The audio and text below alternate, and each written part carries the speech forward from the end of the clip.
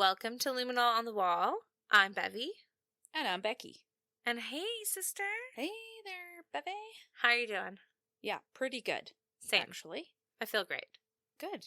Pregnancy's going well? Yep. Going great, actually. Yeah. Like, everything's good. I wanted to, hopefully get a little bit of a medical leave. I was hoping that they would just be like, hey, you can not work. Can stop working a little earlier than Yeah, you just thought. Yeah. But no, they're like, you have a pretty healthy pregnancy. And like, well, Keep fuck. trucking. I'm like, I'm blessed to have that, yes. But keep trucking. And I'm like, I just want to sleep and stay in bed all day. yeah. So what's the case that you have for us today? All right. I'm not going to get into too much detail before we start it, but this case gained notoriety because the perp was on Family Feud. Ooh, okay. Game show. Another game show killer. Yeah, I feel like game shows just attract murderers. Yeah, I mean, I think that should be a red flag. Maybe you're out in the dating world. Ask this one question. Have you ever been on a game show? Yes. If they say yes, I'm out of here. fucking peace out. Yeah. Get out of there as fast as you can. Although realistically, No. I know of two murderers that have been on game shows. Just but... two. Okay, that's interesting. He was on Family Feud. Yep, Family Feud. Is that all you want to share with us about the case? For now. No other details? No other little tidbits of info? No. All right, guys, the game show killer. Let's go. But first, let's have a quick sister chat. Catch people up on what's going on in our lives. Yeah. Mine's the same old, same old. I'm pregnant. Not on medical leave. Not on medical leave. What's new with you? What's new with me? Well, I just spent the last 5-6 days dog sitting. Yeah, 4 dogs. 4 adorable pups. I love them all. 2 went home yesterday, so I'm feeling a little less chaotic in my house. Nice, that's good. But I somehow miss them. They're all so cute. I can't handle that. Cuteness overload. So I'm sad and grateful all at once. There's always a trade-off. Always a trade-off. Always. But I think what you have going on is a cute little thing. You got a little side gig of, dog sitting. Yes. I think it matches your personality, you little golden retriever. Oh, that's what I seem like, hey? Yeah, you a do. little Goldie. Yeah, you're a sweetie, Becky. Oh, Bev. That's so nice. Okay, moving on. All right. You've gotten enough compliments for the day. I've reached my quota and my maximum of 1. Just kidding. Wow. Is it hard to hit that quota, Bev? It's not hard to hit that quota, no. Good. Good. I was almost like, was that 2? Okay. So the case. Anyways, if anyone needs their dog to be sat, I am a great dog sitter and I love all pooches. And she's very kind to the dog. Yes. So anyways, shall we get into the case? Absolutely. All right. So this case is pretty recent. It happened in 2023. Oh, yeah. Super recent. Yeah. Only about 2 years ago, hey? Only 2 years ago. Woo! Now, the real question is, when was the murderer on Family Feud? 2019. Oh, but still. Wow. Okay. So even further ago. Nice, Becky. But this has all happened within, the last 6 years. Yes. Yeah. All right. Okay. So 2023, a murder happens. Yeah, on February 23rd, a 911 call was placed to the Quincy, Illinois Emergency Department. It was a man. His name was William Postal. He had just found his 41-year-old daughter, Becky Bliefnick, dead in her bathroom at the address 2528 Kentucky Road. Now, this discovery was actually made after William received a text from his soon-to-be ex-son-in-law, who stated that he had not been able to get a hold of Becky. Okay, so he got the text first. Then he found his daughter dead. Yeah, he went to go check on her. Tragic. Yeah. That's nothing a dad would want to see. Yeah, or find. That's, devastating. Yeah, one of the worst things I could imagine. Now, his ex-son-in-law, whose name is Tim, asked William if he could call Becky to find out when she was picking up the kids, because the school had called him saying that no one had picked them up. So that was William's concern, so he went to his daughter's house instead of just calling her, because that was so out of the normal for her. Right, to not pick her kids up and just leave them. Yeah. And the reason why it was just so out of character is Becky was on top of her shit. She was responsible and super smart. She attended Quincy Notre Dame High School, where she was the valedictorian. She then attended Quincy University, where she graduated cum laude with a bachelor's degree in biological science and a minor in chemistry. And I don't know about you, Bev, but I sucked hard at chemistry. So anyone who does well in that field, I'm like, you intelligent. Yeah, you got your shit together. You're smart. It's like a whole nother language, right? Oh, God, it's unreal. Yeah. And it's like somehow like math-y. Like, it's not math. Is it math? But it feels like math. It where feels you have to, like cancel certain things out. Like, I just remember chemistry being like mathy. Yeah, I mean, I don't remember much of it because I think I blocked it out. Yeah, you're like, I'm traumatized. That's it. Don't need to remember that at all. And I mean, chemists, they hold a lot of power, Bev. They could blow something up if they wanted to. Fair enough. So it's out of character because she's so smart and responsible, and she's shown that throughout her entire life. Exactly. So while at university, she actually met the man that she would eventually marry, Tim Bliefnick. Yeah, the soon-to-be ex that messaged Becky's dad when he couldn't get hold of her. Well, exactly. So Tim Bliefnick also went to Quincy University, as I said, where he was a football player. Now, while they were attending university, Becky and Tim never dated. They were just friends. But 2 years after graduating, they began dating and eventually got married on September 18th, 2008. And not too long after, they had 2 boys. Now, before the couple got married, Becky was a very successful pharmaceutical sales rep. After they had their first son, Tim and Becky agreed that she would be a stay-at-home mom. But that only lasted a couple years, because after their second son, Becky made the decision to go to nursing school. She'd always wanted to work in a more hands-on job in the medical field. To her friends and family, this seemed like the perfect choice for her. She was always helping and taking care of people who needed it in her life. Her family and friends were all very supportive of this career change, except for one major player, Tim, her husband. Like, why wouldn't you support your wife going to nursing school? Honestly, kind of beats me. Yeah. You would hope that your partner would be probably your number one supporter. Yeah. In all of that. You would think. That being said, schooling is very taxing, takes up a lot of time, right? Mm-hmm. They're both stressful. It's stressful. She'd be in school full time. He'd be working, then they still have to take care of the kids. So I can see how it might be at least something he had hesitations about. Yeah. But still, if I made a decision that would benefit my life and was moving me towards a career that made me happy, I would hope that my partner would support me. Yes, exactly.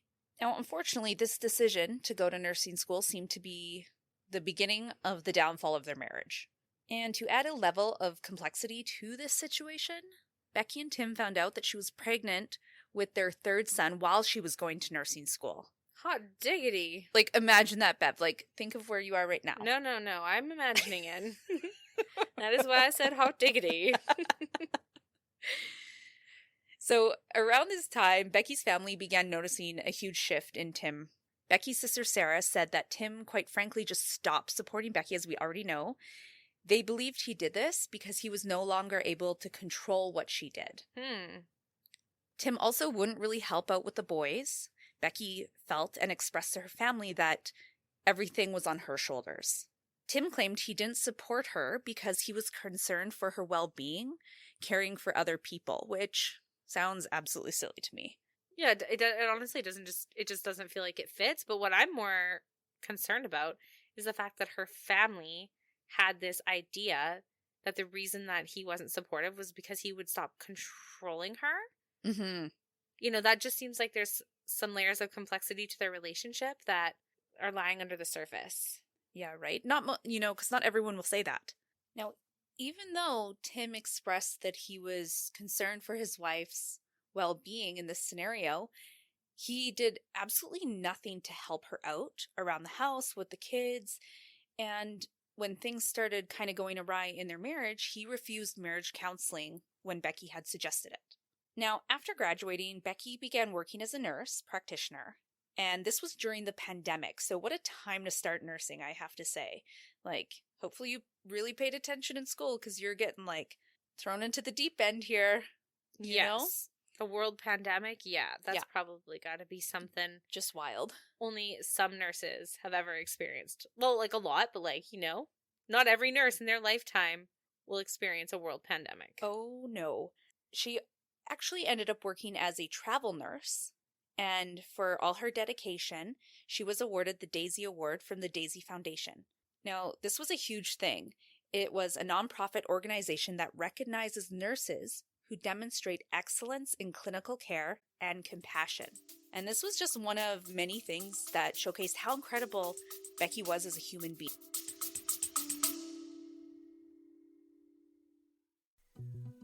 Hello, my name is Kristen Rigadel, and I'm a licensed insurance broker across Canada and in the United States. But I want to ask you a question. Is life super predictable?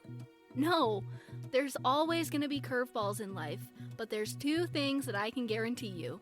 One, we're all going to have to pay taxes, and two, we're all going to die.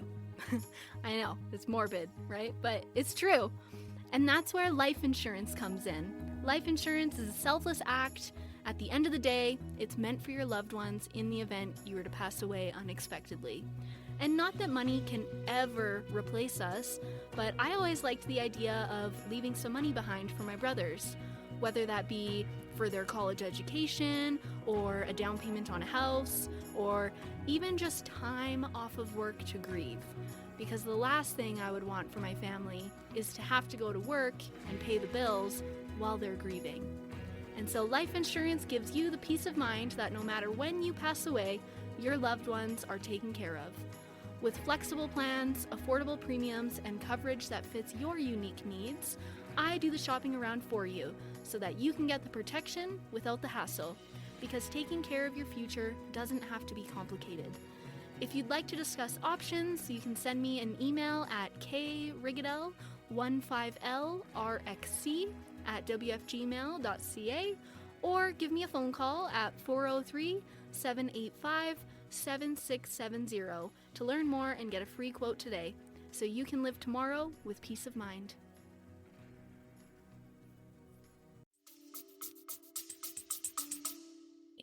Yeah, how hardworking, how responsible. Like, there's a theme here in her life.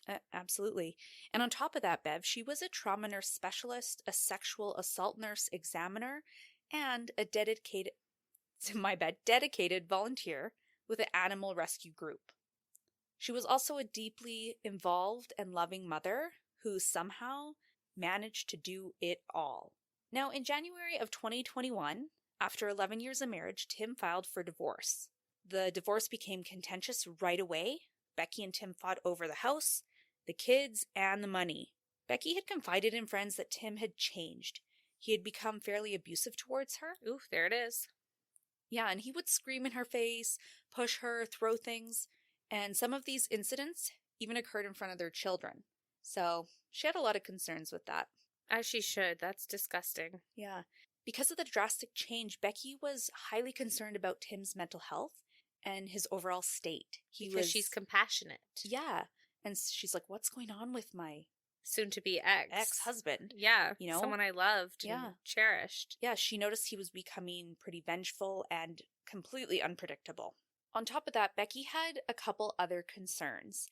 And this is highlighted in a Facebook message on June 4th, 2021 between Becky and a former coworker also named Becky. She claimed that she didn't want Tim's father to have unsupervised contact with her children ever again. Becky feared that he would secretly take the children and run off with them. This message indicates that Becky believes Tim had serious mental health issues, and she was really scared to seek an order of protection against him and his father. On September of that same year, Tim had filed for an order of protection against Becky. In a shocking turn of events, he claimed that she had been harassing and stalking him, and he presented a video taken at a parent-teacher conference, arguing that Becky was being combative during their argument. However, Bev, the judge denied his unfounded petition for protection against Becky. Yeah, being combative doesn't, put you at risk and need of protection. That's wild. Yeah. I actually saw a short clip of this so-called argument, and Becky was so calm, cool, and collected. She's wearing a mask and was just like, no, that's not what I'm saying. No. She was just trying to get her point across? Yeah, but she was very calm. So I'm like, this guy is out to lunch if he thinks that was combative.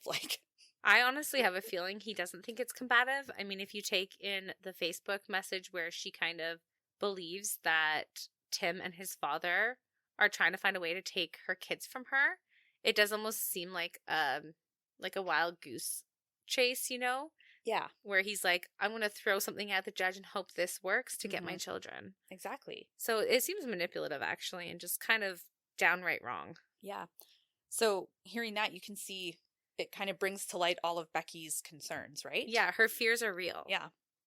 Shortly after Tim's petition was denied, Becky filed her own order of protection against Tim, stating that he had entered her home without permission by way of their children. Despite her claims and her family's concerns, especially given that she was fearful of what Tim might do, the judge denied her petition as well. Becky's family, they kind of suspected that the judge may have believed she applied for the order out of retaliation of Tim's order, considering their bitter nature of the divorce. Of course. Right? I mean, I could see where the judge is coming from, but also they're getting divorced.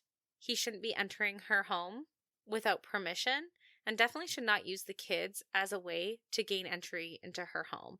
For sure. That is kind of scary. Yeah, and he's using his kids, right? Yeah. It's not right. No. One interesting thing to note is the CEO and president of the Illinois Coalition Against Domestic Violence publicly commented on this case, stating that Tim's entry into Becky's home without permission should have been seen as a significant red flag for the courts. I agree with that. I literally do think that's scary. Yeah, you virtually said not quite the same thing, but your point was the same. So even though the judge denied her petition, he did attempt to mitigate the situation, and the judge ordered Tim and Becky to stay away from each other's homes. The only exception was for child drop-offs. Additionally, the judge instructed Tim to return a 9mm handgun that Becky had previously given him, and this order, unfortunately, was never followed. I think that's a little bit odd. It's up to the person with the gun to follow through with that. I think the courts or police should be like, no, this is a court order. We are here to take that off your hands. I think it should be mandated and followed through with through the courts, because that's super dangerous, right? Oh, yeah. Obviously the judge is seeing that this is a potential threat at the very least. How can it just go oh, this wasn't followed through with, no big deal? I don't know. No, it's totally a little stupid, actually. We actually covered a previous case, it's episode 71, where this exact same thing happens, though. The guy, or the wife, had a restraining order against her ex. He was supposed to return all his weapons. He didn't, and then he attempted to kill her. Once she was found, ultimately she helped pass a law that the courts could actually manually go and take the weapons away when this order was made. Because a lot of people just won't give up their weapons. Yeah, I think there's just a lot of room for mistakes to happen when it's not court mandated. It's said, but not followed through with, right? Yeah. Obviously, if there's enough reason to mandate that someone give weapons over, there's enough concern there that those weapons could be used in an inappropriate way. Mm-hmm. And so, unfortunately, even though the woman and the surviving victim in that case that you're speaking of, Becky, even though she got that law passed, obviously that isn't in every single state. Yeah, so clearly. Obviously there's some ones that need to catch up on that, I guess. Yeah. So either way, it's scary that he didn't follow through with this. Oh, for sure.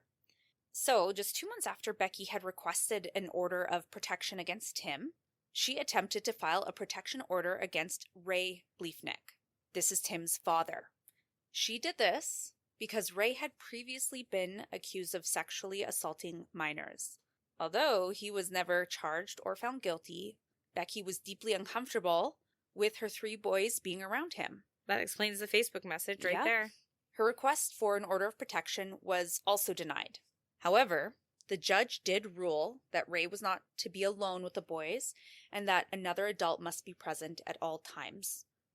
Now, as the final hearing of the divorce was coming up, Becky had began gathering witnesses and individuals to testify about Ray, which you might think it's her and Tim's divorce. Why would she bring Ray into this?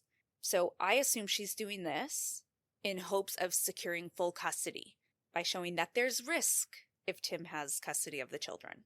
Right, because obviously people do rely on their parents for babysitting and what have you. And if Tim can't even follow through with a simple order to relinquish his weapons that he has at home, is he really going to follow through with Ray not being able to be alone with the boys if he at some point needs a babysitter? Right? I mean, I feel like she has reason for concern. And I think that she's going about this not only to gain like full custody as like a haha I get the kids, but also like she really does seem to want to protect her children. Yeah, she's not just being like, a bitter wife. No. Right? Now, over the next 18 months, their contentious divorce battle continues. By 2023, it seemed to be nearing its conclusion, with a final hearing scheduled for early March. Now, on February 13th, Becky had made plans with her current boyfriend, Ted Johnson, to come and stay the night as her children were at Tim's, little Valentine's Day action. Sure. Ted arrived around 11:45 p.m. and stayed the night. In the early hours of the 14th, around 1:05 a.m., Becky's next-door neighbor gets an alert notification that there was movement detected from their surveillance camera outside. The video showed a person walking up Becky's driveway and into the backyard. So the neighbors decide to text Becky just in case, there's something weird going on. Yeah, there's a fucking prowler out in her backyard. Yeah. Good neighbors. Yeah. Then a little while later, they see the same person leaving. Becky did not respond to her neighbor's text until the next morning. She told them she hadn't seen anyone out there, but she thought she had heard someone speaking in her backyard and her motion sensor light had come on. Oh, man. That's creepy, right? That is sketchy as hell, Becky. Yeah, it totally is. Now, the neighbors weren't all that concerned. They just thought it was someone maybe scouring her backyard to see if there was something of value to steal, right? Now, later on in the day on the 14th, Becky wrote to her sister. Now, this is really creepy, Bev, because I could not imagine getting this text from you or vice versa. And this text says, if something ever happens to me, please make sure the number one person of interest is Tim, as this is who would do something to me. I'm putting this in writing that I am fearful. He will somehow harm me, come after me, or will try to do something to take me away from the kids or the kids away from me. He had already lied multiple times to paint himself as the victim and me as the perpetrator, when it absolutely is the other way around. No, I have not sent this to Mom or Dad, as I don't want them to be out of their minds with worry. Oh my gosh. For someone to put that in writing, you have to be extremely fearful. I'm sure there was some spidey senses going on with her to think that maybe the person that was in her backyard checking out her house was not someone just trying to steal something as the neighbors had thought, but probably Tim or something, sure. Right? Right. Who else? Right, because is it just purely coincidence that, later in the day, she would write that to her sister after a man was in her backyard? Yeah, no. I think she had some spidey senses going on. And just to point out, if you guys weren't listening super close, incident is happening around Valentine's Day of 2023. And as we know, the 911 call came in approximately 10 days after Becky sent this text to her sister and that the prowler was seen on video surveillance at her home. Yeah. So I definitely think she had a looming sense of something bad is going to happen. Oh, yeah. On top of that, it kind of was hitting close, that worry was hitting close to home because a coworker of hers had just been murdered by their partner. And so given her current circumstances, I assume she's sitting there being it's better to speak out and have nothing happen than say nothing and have something happen. Yeah, 100%. She wants to put the target on Tim's back because she obviously knows what he's potentially capable of.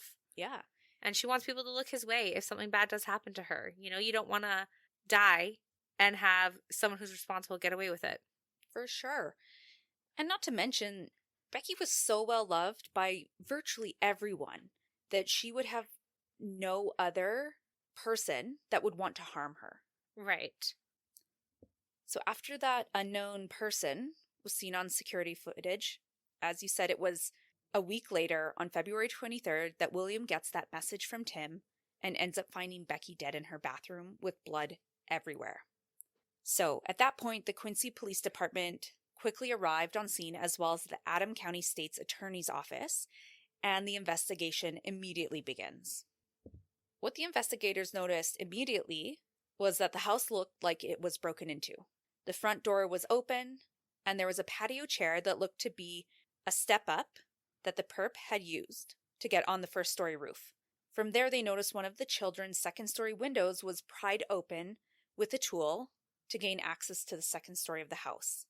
Inside this window, on the carpet, was a partial dirt shoe print, and beside this room was Becky's, where it looked as though the door was kicked in or pried open.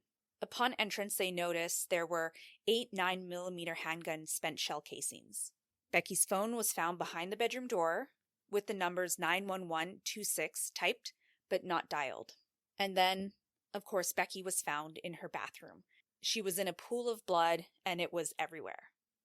On the ground around Becky were tiny plastic-type material, and the investigators had no idea what that was. In their initial search, they realized there was nothing missing or disrupted in the home, believing that the main reason for this break and enter was murder. Now, initially, the investigators virtually had no leads to go off of. So they started canvassing the area to see what they could come up with. And surprisingly, not a single neighbor heard any of the gunshots, which seemed wild because Becky had been shot 14 different times. Which I just have to pause you right there because that is overkill. Yeah. It seems like somebody's very angry. Oh yeah, it was hardcore rage-filled. Yeah, that's outrageous. So I wonder if the plastic, material around her was, some type of sound deadening equipment or something. I mean, that's a wild guess. Yeah. Just because I don't know what's going on, but... That is a pretty good guess, Bev. When I first heard that, I was like, well, not a clue came to mind. Well, I'm just thinking no one heard, 14 shots go off, right? And I think this whole scenario that you just outlined for us, Becky, is really, really sad. Obviously her phone is found. She hears someone coming into her home and she's trying to call the police. Mm-hmm. Yes. Unfortunately, her life obviously has ended, but that's just very sad to me. I think that's a lot of people's fear is having someone break in their house and have them come after them, you know? Totally. I always think of where I would hide in my room or whatever. How Your I would escape plan. Yeah, because it's a scary thought. Actually, I have heard you and Craig talk about one of your escape plans, which I think according to you and me is completely outrageous, but to Craig it's very doable. Don't tell anyone, Becky. Why? Don't tell anyone, because if someone comes for me, I gotta be able to have something in my back pocket. You just shut your damn mouth. But yes, we do talk about escape plans. I mean, everyone should have an escape plan, that's for sure, but Beth's and Craig's is outrageous. Listen. I don't think your little stub legs could get you far on that. As I said, shut your damn mouth. All right, sorry. Too much. All right, so when the detectives speak to Becky's neighbors, the Hymans, they tell the police that they had security footage that looked out onto their driveway, which paralleled Becky's home. So these are the neighbors that texted Becky saying, hey, there's some weird guy in your backyard, right? So when the Hymans and the officers looked through other security footage, they realized that they caught almost the same thing around the same time on February 22nd as well. Just the day before the murder. Yes. Now, unfortunately, the camera was pretty poor quality, and they couldn't tell who was creeping around Becky's home. In order to find out who this was, the police looked for other security cameras in the vicinity to see if they could get more information and maybe identify who this mystery person was. Luckily, detectives found 2 other cameras.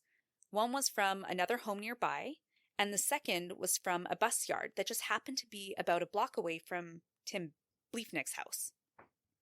These 2 different cameras caught something very intriguing. The cameras both showed a person on a bike traveling towards Becky's house just before the unknown person was caught on the Hyman's security camera walking down Becky's driveway. They also saw the same person on a bike leaving the area, coinciding with the time the person left Becky's home. And this happened on both nights. Someone was at Becky's home. Okay, so my question then for you is, they obviously found security footage near Tim's house. Did he live close to Becky? He lived only about a mile away from Becky. Okay. So, yeah, pretty darn close. Although this seemed to be a pretty big lead, it also did not provide much insight to who was on the bike, as the videos were far enough away and lower quality, and so they weren't able to make out any identifiable features. The only thing that they could tell was the bike did not have any reflectors on the wheels, which is not that common because, interesting fact, in Illinois and many other states, it's law that bikes have reflectors, and in some states, a front headlight. Okay, so maybe somebody was trying to obscure their identity or make themselves less visible. Yeah, that's what I would take from that. Now, when Sarah, Becky's sister, got the call about her and her husband were on vacation. They rushed home and quickly arrived in Quincy. Detectives wasted no time, and they spoke to Sarah and family, who were all very adamant that Tim, Becky's soon-to-be ex-husband, must have done this to her, because Tim and Becky's divorce hearing was only a week away. When the police learned about their nasty divorce and how it was to be settled, and paired this with the fact that Tim only lived a mile away, he was on their radar, as he most certainly had the motive to want her out of the picture. When they learned where Tim lived, they realized that the security footage was along one of the routes Tim could have used to get to Becky's home, and it wouldn't take very long to get from point A to B. In fact, if it was on a bike, it would only take between 5 and 7 minutes. When they spoke with Tim, they learned that Becky had actually asked him to take the boys for an extra night. He explained that he was at home all night with his 3 boys. According to him, he had an alibi. But because the boys had been asleep at that time of night, they could not corroborate that he was home all night. So now they realized Tim had the opportunity to travel to Becky's without being seen leaving. Also, something just to note, obviously we know that the perp entered the home through one of the boys' windows, right? And I'm just thinking, I mean, maybe they scoped out the area, knew the boys weren't home. I mean, the perp was there the night before and whatnot, but they were only outside of the home. Like, Tim would be the only person to have knowledge that no one would be in that room. That is a very good point, Bev. Right? Yep. So when they hear all this, it's just not sitting right with the police. So they search the area near Tim's home, and they find a men's bike half a block away in some bushes. They noticed that it had not had any reflectors on the wheels, and that matched what they saw on the cameras. So, in an odd chance that this was the bike, the police collected it as evidence. They wanted to find out who the bike belonged to. Following that, the police get a search warrant for Tim's home. And what they found was pretty shocking and surprising. In the basement, they found boxes of bullets and a box that contained 54 9mm shell casings. Now, keep in mind, Tim was supposed to return the 9mm handgun that Becky had given him before the separation, but he never did that. In fact, he told investigators he didn't know where it was. Becky was also killed with a 9mm handgun. As we know, when bullets are fired, the casings have little markings on them, and when analyzed will identify what gun they were shot from. This was surprising to all, but 27 out of the 54 shell casings found in Tim's basement matched the 8 shell casings found at Becky's house, meaning that they were shot from the exact same gun. Well, shit. Well, shit is right, Bev. So with this information, the police believed that they could build a strong enough case against Tim Bliefnick, and 2 weeks after Becky was shot and killed, Tim was arrested on March 13th, and he was charged with Becky's murder and held without bond. Tim's arrest went national, as I said earlier. It was highly publicized. Now, what made it so sensationalized, besides the pure brutality, was that in 2019, Tim had been a contestant on the game show Family Feud. He was on a team with his side of the family. Becky was not there. The controversy was Tim's answer to one of the questions. The question being, what is the biggest mistake that you made at your wedding? When it came time for Tim's answer, he said, "Honey, I love you, but saying I do." Now, when you watch the clip, everyone kind of is like, oh shit, did he actually just say that?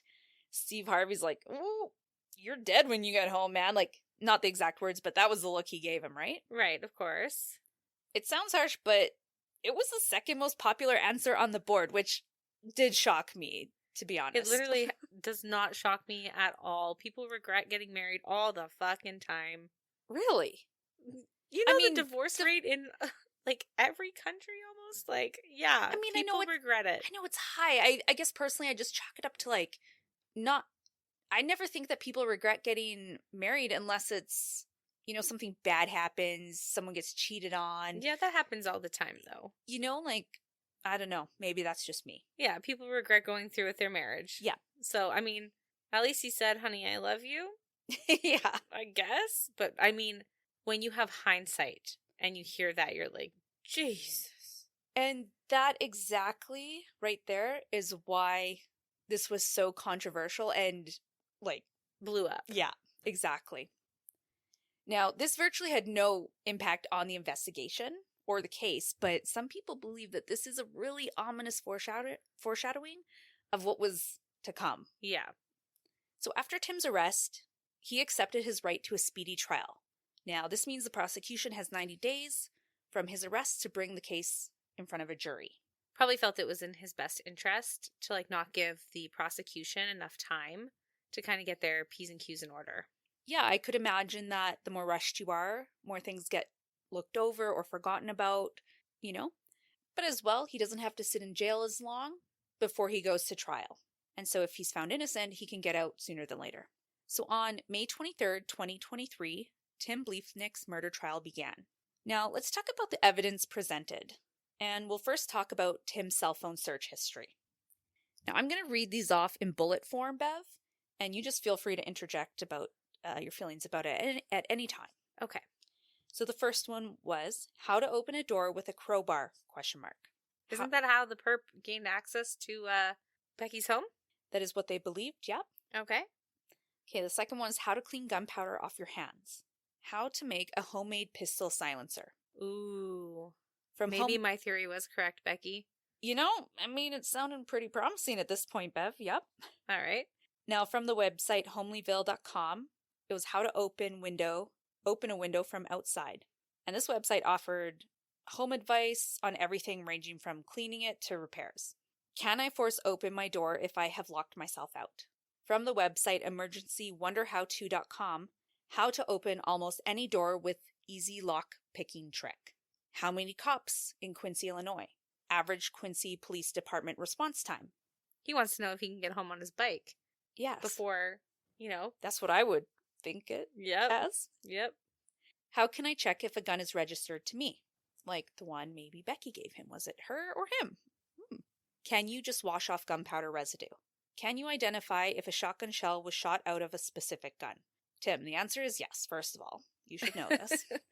Everyone knows this, I think. But holy crap. Yeah. If that search history didn't tell a story, I don't know what would. No doubt. Yeah. Now, many of these searches could not be date and time stamped. And because of that, the defense argued these searches could have been made by anyone. Just because they were on Tim's phone doesn't mean he was the one looking it up. And because there was no date, these searches could have been looked up after the murder. Now, okay, these are some valid points, sure. But personally, I think that's fucking unlikely. I'm liking to agree with you. Also, Bev, I'm thinking about my life with my cellular on a consistent basis. How many people are looking up anything on my internet on my phone? No one. Yeah, it's no me. One. Yeah, it's you. It's I know. me. Every once in a while, I'll be like, yo, Jamie, type that in for me because my phone's sitting on the counter and I didn't want to get up. Yeah, honestly, it's kind of funny because if I go to look up something on Craig's phone just because my phone's not nearby and it's like something about a movie that's like kind of weird, you know, like, I don't know, you watch a movie and you're like, how could this happen? And it's like kind of sketchy. Craig's like, don't look that up on my search history. Like he always says that to me. So I'm like, okay, give me my phone. Give me my phone. But you know, yeah, like people are pretty protective over their search history. Exactly. So I don't know who's accessing his phone and looking up that much stuff. But they are trying to put in reasonable doubt into the jurors' minds, so sure. So moving on. Remember those odd plastic fragments near Becky's body? Of course. They were determined to be pieces of reusable plastic Aldi shopping bags. The prosecution believed one of two things: that the gun had been fired in the bag to catch the shell casings or silence the gun. Bingo, Bev. And what I think makes really good sense about that is that only 8 of the 14 shell casings were at the scene. The other scenario is that the bag had been wrapped around the gun to help silence it. Regardless of how the bag was used, the fragments were shot off and left on the ground. When they executed the search warrant on Tim's home, there were stacks of the same reusable shopping bags. When the bag pieces were tested, there were small traces of DNA. And the DNA expert testified that Tim was likely a strong contributor to the DNA on those bag fragments. But Tim's defense attorney argued that Becky could have also had those bags in her house, and that Tim and Becky would use similar bags to transport their children's things when they were exchanging custody. Therefore, it would make sense that Tim's DNA was on them. But was Becky's? That is the question. That is the question. There was such small amounts of DNA that it wasn't like, this is Tim's DNA. There was just a strong possibility that he was the contributor to that DNA. So, I still think their argument is kind of weak on that one. Little far-fetched, maybe. Yeah, like, we have kids together. We use bags to drop off our kids, to each other. And so, yeah, that's how his DNA got on it or whatever. Yeah, okay, sure. Maybe. I mean, the truth is that the defense has to somehow create a story for that one, yeah. Because DNA evidence at a crime scene like that, I mean, it's always damning to a jury, so they have to find some story to counteract the devastation that is DNA evidence, you know? Oh, for sure, yeah, like some explainable way as why their DNA would be there, right? Yeah, totally. Now, the bag fragments were not the only thing with DNA on them. When the autopsy was done, they found DNA under Becky's nails. When analyzed, they found it was a match to Tim's DNA. Okay, defense, let's hear your argument for that one. All right. I think this is a little laughable, but not maybe 100% wrong. The defense argued that this DNA under the nails could have also been from the boys. So what I think about that is like transfer DNA under her nails, which seems like just from handling her children, maybe giving them a scratchy hug. A scratchy hug. Let's get your cells under my nails. No, I think it's definitely laughable. That's like messed up. Yeah. We all know, like in every murder case, like the DNA under the fingernails, usually like defensive. Yeah, trying DNA to fight found. for their life. Yeah, exactly. And as we know, she was like, she knew something was happening. Yeah. Weeks before, she was trying to call 911. There's no way that Becky wouldn't try and fight for her life. No way. So let's look at Becky's injuries and her cause of death. Now, Dr. Scott Denton, a forensic pathologist, testified that Becky suffered 14 different gunshot wounds in this attack. 9 were to her chest, 3 to her right arm, and 2 to her left hand. Denton said this one bullet hit her spinal cord, paralyzing her. Another punctured her right lung. At that point, she couldn't move to get her phone, and she would have had difficulty breathing. And that injury to her lung would have eventually caused her death. But ultimately, Becky died from internal bleeding, and with all the damage, it would have only taken minutes. So, as we know, Becky's home was broken into. When investigators looked at the damaged window, they saw very distinct marks that looked like they were from a crowbar. When those markings were further analyzed, they saw micro scratches and indentations, leading the investigators to believe that whatever crowbar was used had little elevated parts on the edge that left scratches. When the search warrant was done at Tim's house, they found a crowbar, and this crowbar seemed to have an uneven edge that looked like it would have made those same markings on the window. This was a pretty small and somewhat inconclusive piece of evidence, because we know what crowbars are used for. They're literally used to pry things, so whose crowbar doesn't have some little chips in it, right? Of course. Yeah. But to find it at Tim's house and to know that there's scratches on the window, like at least showing that there was some type of like uneven or indentation on the crowbar, it's just like, it's still like paints a nasty picture, right? Yeah, like let's just add that to the list of weird things or that we found. Yep. Yeah. Now, let's move on to the bike. Yeah, because I've been wondering. I'm like, they wanted to find out to see if they could find out. They wanted to find out to see if they could find out whose bike it was. So I was like, I said found so many times right there. But I'm very interested to see if they did, in fact, get DNA from this bike. Well, the short answer, they did not find any DNA. But when they searched Tim's phone, the police discovered a hidden Facebook account under the name John Smith. who was looking for a bike with no reflectors on it. One of the bikes that this John Smith was inquiring about was identical to the bike that they found in the bushes half a block away from Tim's home. So even though there's no DNA, it still connects Tim to the bike. Yeah. Fabulous. I know. It's really great. Also, John Smith. Yeah, like, really? Really, Tim? There's nothing wrong with that name, but, like, it's very, It's the classic, like... John Smith. Yeah. Everyone like, just uses that name as, like, example. Exactly. Yeah. It's like, really? All right, so the next piece of evidence we're going to talk about is purely circumstantial, but the timeline is damning. So as we know, there was an unknown person seen on the Hyman security footage on February 14th and 22nd, walking up Becky's driveway and into her backyard and then left.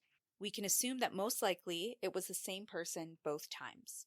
So here are the exact times that paint this picture.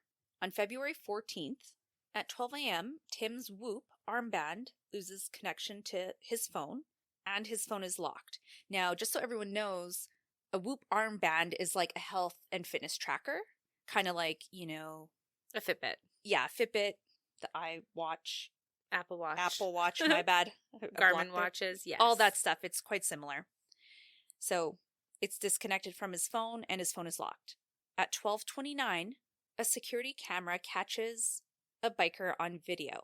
They were traveling southbound past the bus barn.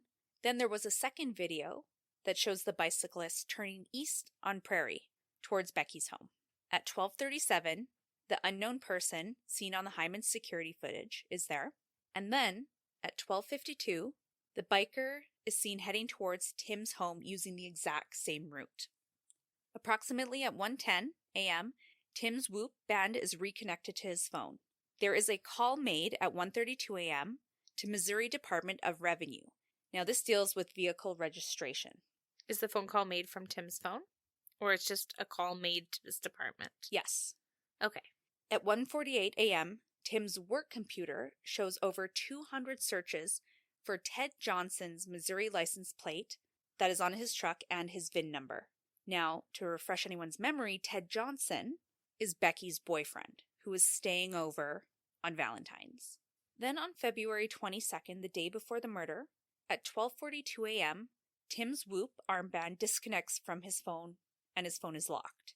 At 12:57 a.m., the security camera catches the biker on video riding southbound past the bus barn. Then the second video shows the bicyclist turning east on Prairie towards Becky's home. At 1:05 a.m., the unknown person is again seen on the Hyman security footage walking up Becky's driveway. At 1:53, the unknown person is seen leaving Becky's home, so they were there 48 minutes. At 2 a.m., the biker is seen heading again in the same route towards Tim's home. Then at 2:16 a.m., Tim's Whoop is reconnected to his phone, and his phone is unlocked. Now, on February 23rd, the night of the murder, 12:28 a.m., Tim's phone is locked. At 12:36 a.m., Tim's Whoop disconnects from his phone. At 12:55 a.m., there's the video of the bicyclist again riding southbound past the bus barn. The second video shows the bicyclist turning east on Prairie towards Becky's home. At 1:11 a.m., Becky attempts to call 911, but was only able to dial 91126. At 1:12 a.m., just a minute later, an ADT front door alert said the front door was opened. At Becky's house. Yeah. At 1:16 a.m., the biker is seen on video heading back towards Tim's house. At 1:27 a.m., another ADT alert said that Becky's front door was still open. 2:01 a.m., Tim's Whoop armband reconnects.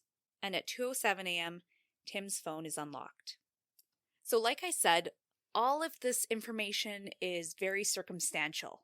But every time Tim's phone is locked and his Whoop band is disconnected, there's the traveling biker and the unknown person at Becky's house.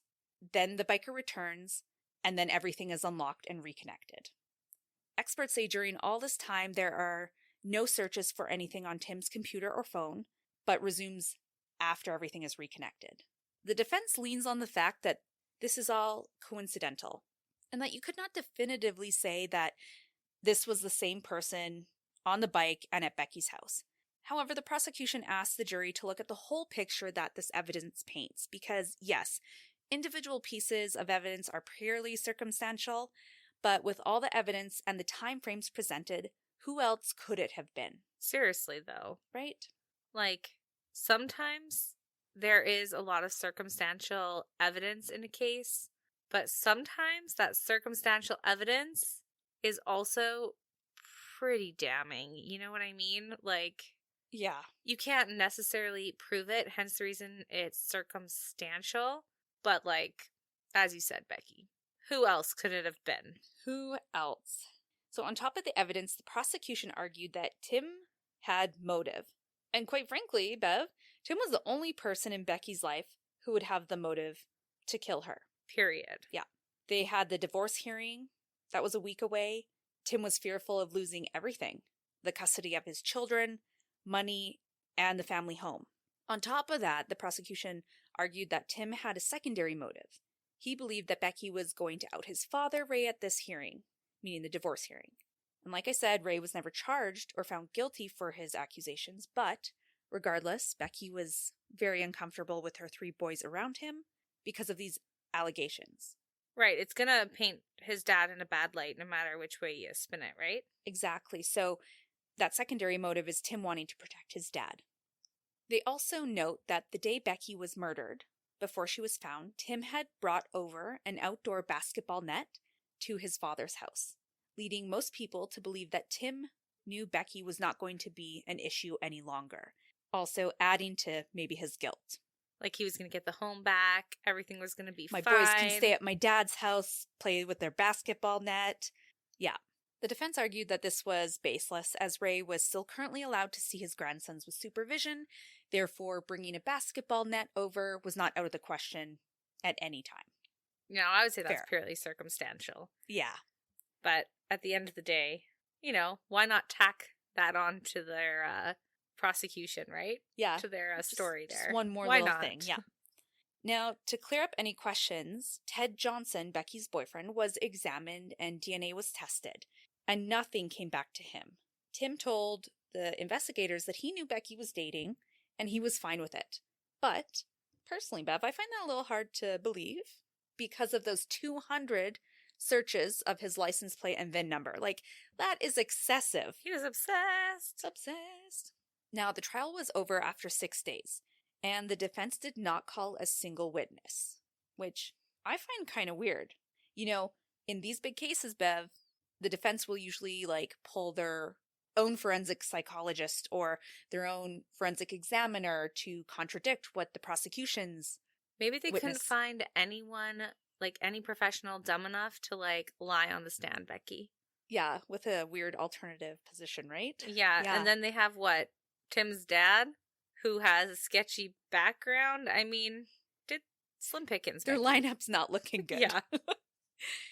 So when the jury began deliberating, there was one member who was actually undecided. I know.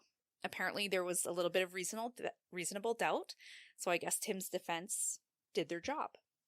But after 4 hours, they returned with a verdict. Guilty of 2 counts of first-degree murder and home invasion.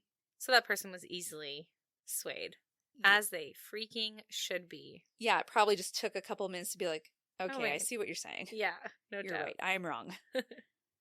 In August of 2023, Tim was sentenced to life in prison without parole.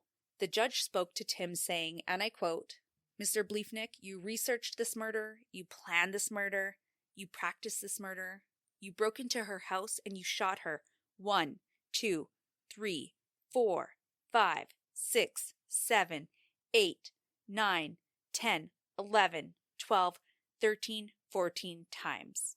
Wow. I listened to the judge give his little speech. I found that personally very impactful because as he's counting, I almost feel absurd counting and hearing him count to 14. Like, it's like, stop already, right?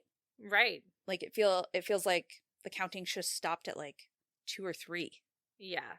But it was impactful because you know that in the last moments of Becky's life, like, that is how many times she was shot. Yeah, and that was about the time it took. For him to, like, release all those bullets Exactly. on her. So at the sentencing, Sarah, Becky's older sister, made an impact statement. She said that even though he killed her sister, the ultimate victims are their children. And maybe he should have spent more time researching childhood PTSD than gunpowder residue and vehicle information. Wow. Yeah, right? And she loved her sister. They were super close. So to hear her say that, you're like, wow, yeah. Yeah, that's but a very these good children point. grow up without their mom or their dad in their life as a result of his greed, fear, whatever the reason really was, right? Yeah. I don't know. That's really sad. It is. At the time, the Bliefnick boys were 12, 10, and 5. After the murder, all 3 boys went to live with Becky's parents, where the whole family continues to raise them and help them through their trauma. And Tim is currently working on his appeal and still maintains his innocence in this case. This case is just like so brutal, but as I was researching it, watching all the interviews and videos on it, and reading the news articles, I couldn't help but get the sensation that Tim almost thought he was smart enough to really get away with this. Like, you know, with his Whoop being disconnected, his phone being locked. Him, like, having his boys there, trying to create an alibi for himself. Yeah, and, like, saying, oh, no, I was completely fine with her dating. When he clearly wasn't. You know, I just feel that he really thought he was going to get away with this. I think a lot of people who are capable of such horrific acts often think they will get away with it. Like, they're just so arrogant. Yeah. But it also kind of speaks to the nature of domestic violence, because not only was he physically abusive towards Becky, it was also stated pretty early on in this case that he was controlling and that her family did have concerns. He was not supportive of her dreams. And I don't know, it just makes me really sad to think of like how sometimes domestic violence can progress and how violent it can really get, even if it starts off with like simple control measures or like making someone feel bad about pursuing a better life for themselves. Like simple things like that. It can start off that way. And then you just like have a trigger that leads it to become progressively worse and worse, and ultimately leads to what seemed to be an amazing woman losing her life and 3 children losing their mother in such a horrific fashion. And I think the fact that her family is helping all those boys work through some extreme trauma, honestly, is very admirable, and it's very amazing that they care that much about them, because obviously Tim didn't think of them all too much when he was deciding to kill their mother. For sure. So I think actually to touch back on how her family's raising these boys is, I think that's awesome because they raised Becky. Yes. You know, they're going to experience the people that raised her, and that's like the closest thing that they're going to get to their mom. Yeah. And despite the circumstances, they are lucky to have a family that really loves them and is going to, you know, take care of their trauma and help them grow as people and, you know, raise them to be children that their mother's always going to be proud of. 100%, Becky. That's well said. Yeah. So it's a very tragic case, and thanks for sharing. Thanks for listening.